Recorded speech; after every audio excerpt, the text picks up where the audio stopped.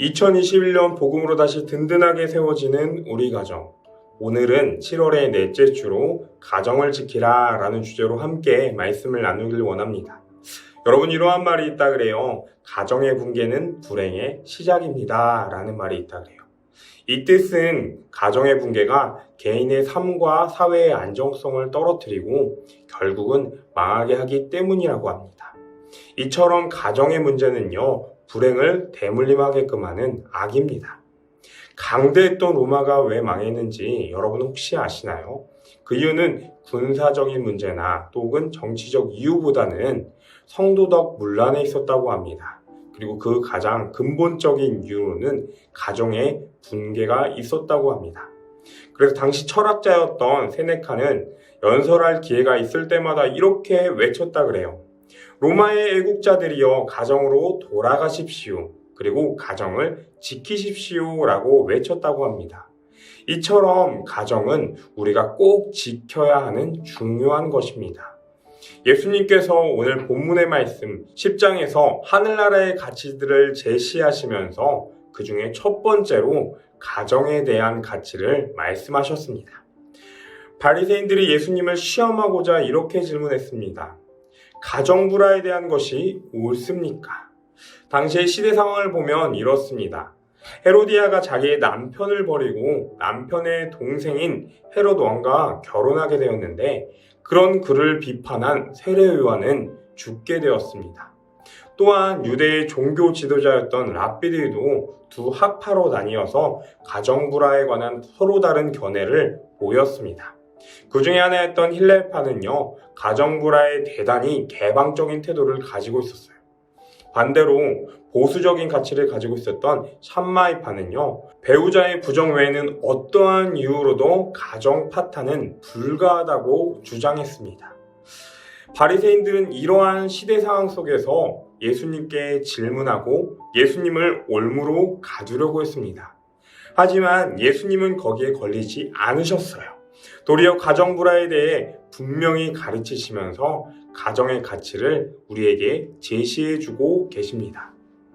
그렇다면 오늘 말씀을 통해 우리는 무엇을 깨달을 수 있을까요? 첫 번째는요, 부부간에도 하나님의 창조 섭리가 있다라는 것입니다.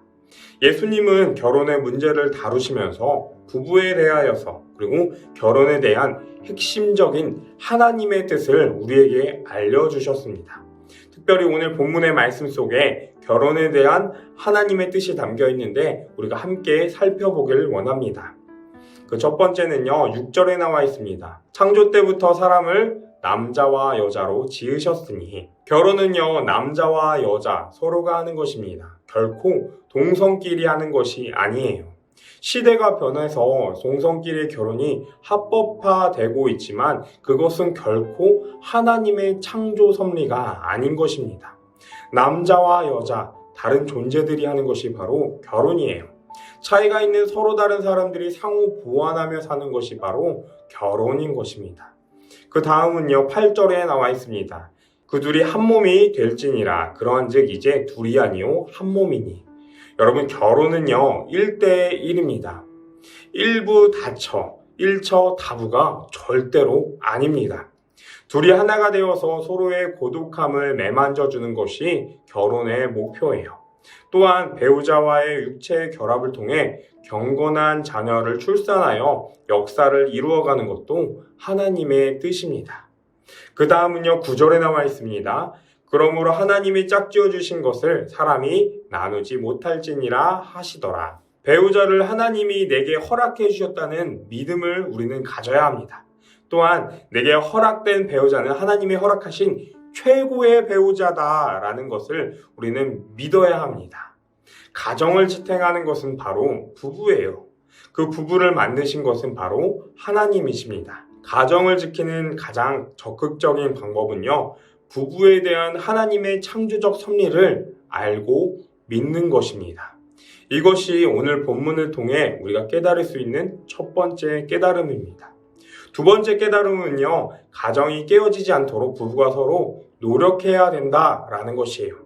가정에 불화가 생기면 가정에서 서로의 관계가 파괴되고 하나님의 창조 질서가 깨뜨리고 후손들에게 엄청난 상처를 남기게 됩니다. 뿐만 아니라 이 땅에서 하나님의 뜻이 이루어지는 일에 커다란 방해가 된다라는 것을 우리는 깨달아야 합니다.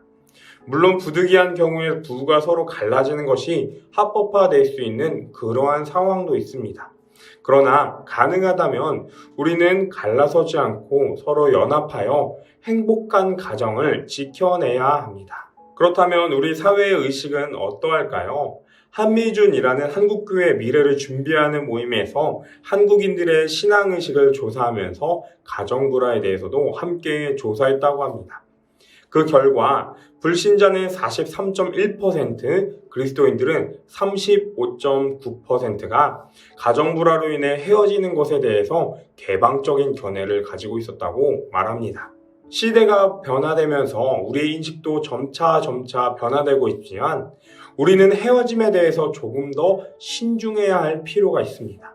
혹여나 서로 헤어지는 상황이 오더라도 오래 참으시는 하나님을 본받고 사는 자녀로서 인내심을 발휘한다면 수많은 가정불화의 위기들이 극복되리라 믿습니다. 우리 교회 공동체는요, 가정불화로 인해서 어려움을 당하는 가정들을 따뜻한 마음으로 끌어안아 주고 기도해야 합니다. 그들이 다시 정상적인 삶을 살 수 있도록 치유적인 노력을 우리는 꾸준히 해줘야 합니다. 그리고 무엇보다도 더 중요한 것은요, 가정불화를 예방하는 것입니다. 가정의 위기를 예방하려면요, 완악한 마음이 아니라 하나님의 뜻을 받아들이는 부드러운 마음을 우리는 가져야 합니다. 그리고 결혼은 부부가 조건 없는 언약과 헌신, 사랑인 것을 늘 기억하면서 살아야 합니다. 살면서 어렵고 힘들거든요. 서로의 단점을 생각하지 말고 오히려 주님의 십자가를 앞으로 더 가까이 나아오시길 소망합니다. 부부 사이에 피할 수 없는 역경과 고통, 위기가 있을 수 있습니다. 그때는 우리가 사람을 찾는 것이 아니라 서로를 향하여 비난하고 싸울 것이 아니라 그 갈등, 그 고통, 그 아픔을 가지고 십자가 앞에 나아올 때입니다. 그때 주님이 그 아픔을 대신 져주실 것입니다. 주님이 가정을 지키시고 보호하실 것입니다. 가정을 세우신 분이 바로 우리의 주님이시기 때문에 그 주님이 우리의 가정을 행복하게, 화목하게 지켜주실 것입니다.